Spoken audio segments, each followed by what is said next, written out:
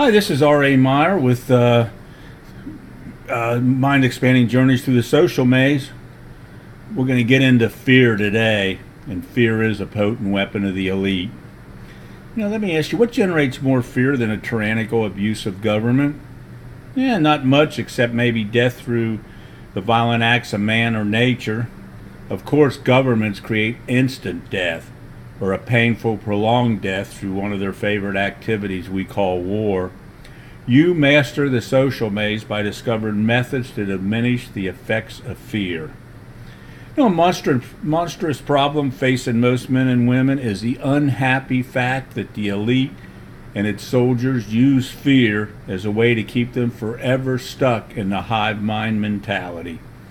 Of course, a person paralyzed with fear finds it difficult to deal with the challenges of life. Now, in order to make sure you're productive enough to keep the elite's evil agenda going, its members feed you plenty of diversions. You get reality TV, sports extravaganza, and a wide range of other short-term pleasures. Now, whether it's on a conscious or unconscious level, Americans live in constant fear every day. There's relationship problems, money problems, unemployment, violence, and accidents that constantly slam men and women. However, an individual's state of mind determines what happens. That's why the integrated individual takes charge of his thoughts, feelings, and actions. Now, unfortunately, one gigantic fear stands above all the others: fear of the government. What makes this fear so sinister is the fact it's induced by members of the elite and its soldiers. Now, you begin to see why this is true. Well, the plain fact is the elite and its soldiers control the government. Let's go over the nature of government. Just think about this. What is the nature of government? Well, whether you want to accept it or not, government is the apparatus of violent compulsion and coercion. Now, if you don't believe me, challenge the above statement by refusing to pay your taxes. Let me ask you this question. How do you feel when you notice a cop car behind you while you're driving down the road? Feel a little intimidated? What about victimless crimes? You can serve time in prison for consuming your favorite recreational drug. Apparently, the victim is the government, in this government setup, is a person arrested or convicted. I mean, obviously, you don't own your own life or own body. The government thinks it owns it. How sad. Do you realize that in every instance of government interventionism in the marketplace, that each one of these interventions restrict your life, liberty, and property rights?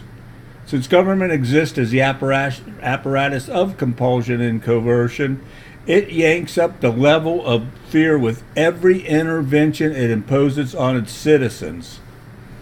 Now, consummate power mongers find ways to profit from government-created fear. Of course, these people never let a good crisis go to waste. In fact, they excel at creating events that raise the terror level.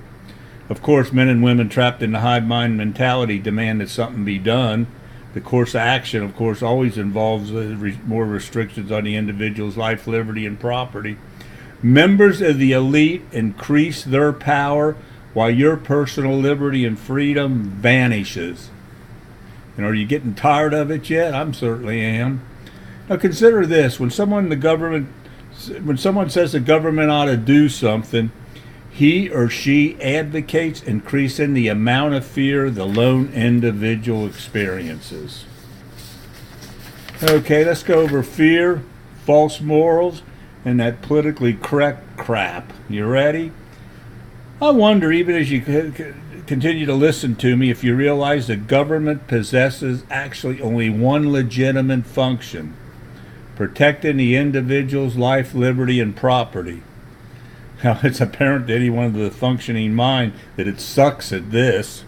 In fact, it spends much of its time violating the sanctity of individual rights. And that's exactly how the elite wants it. The plan: create as much fear as possible. Use that fear to build a mighty power base. Now, you know that about 80% of all arrests are for victimless crimes. Apparently, governments thrive on controlling your personal, private behavior. Now, keep in mind the politically correct definition of morals shifts with the political winds. Certainly, the PC crowd is full of the well known BS.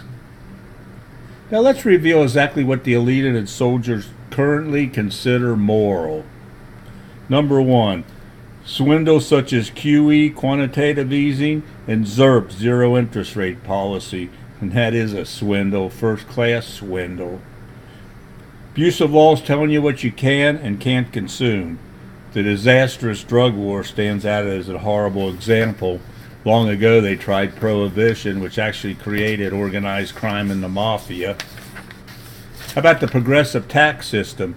Here's a method to make sure productive people never accumulate enough capital to challenge the elite, because it takes capital accumulation to get as big as they are, and that's the last thing they want.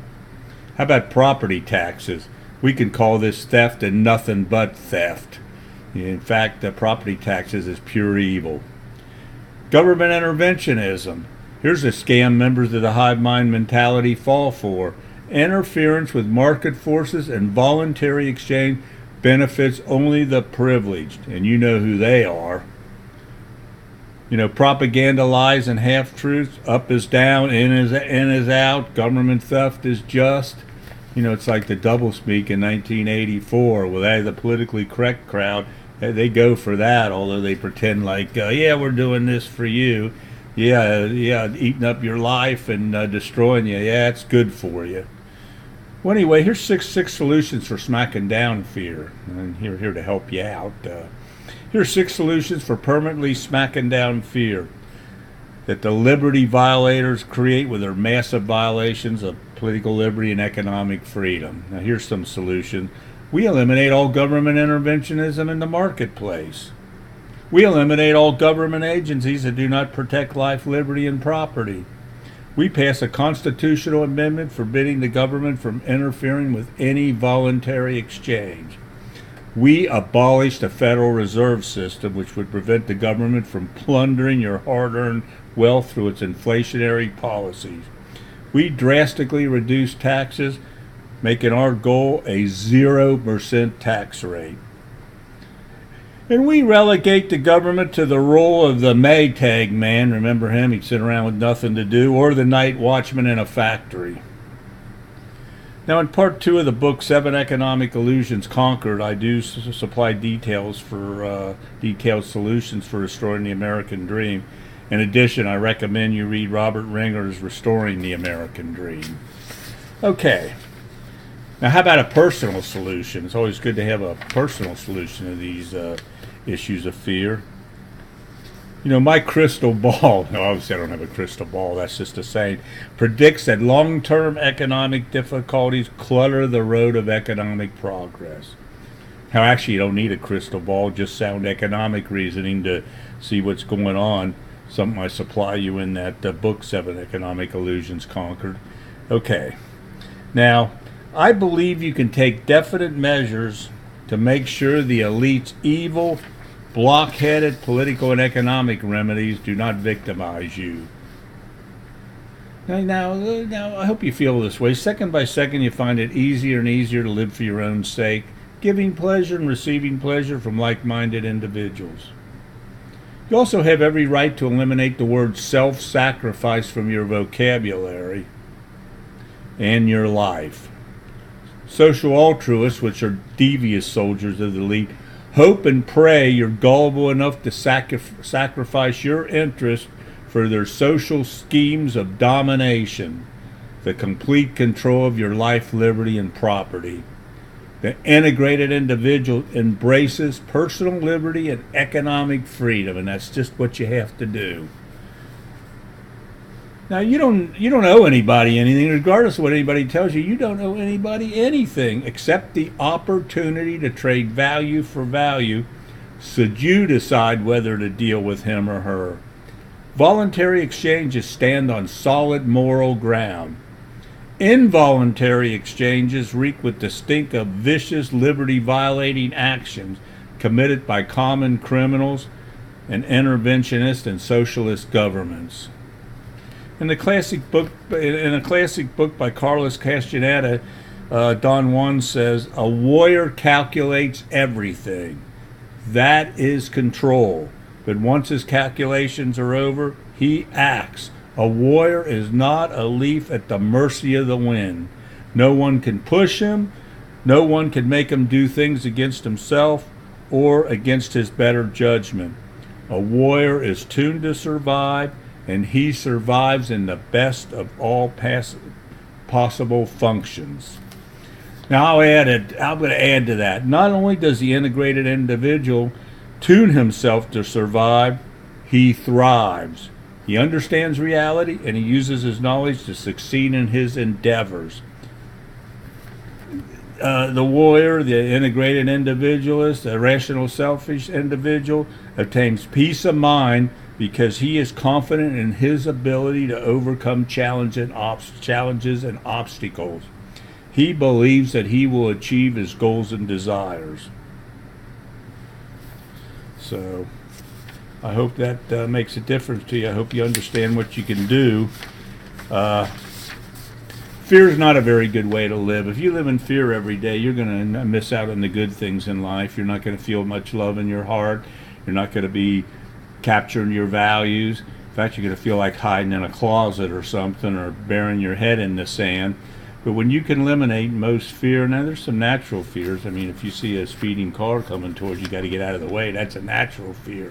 You know, all of a sudden you see a devouring lion on your heels. Of course, that's a normal fear. But most everyday fears are, you know, even the ones created by government, that is something that you can begin eliminating in your life. And you do that, there's many methods that I'll be going over. You know, you can meditate, you can do relaxation exercises, you can think positive, you can have a definite purpose in life. That's important. If you have purpose in life, you can constantly work on your purpose. And even though your purpose might help a lot of people, you do it for your own sake. So that means you live for yourself and you abolish all selflessness and self-sacrifice. So until next time, this is R.A. Meyer from Mind Expanding Journeys Through the Social Maze. Thank you.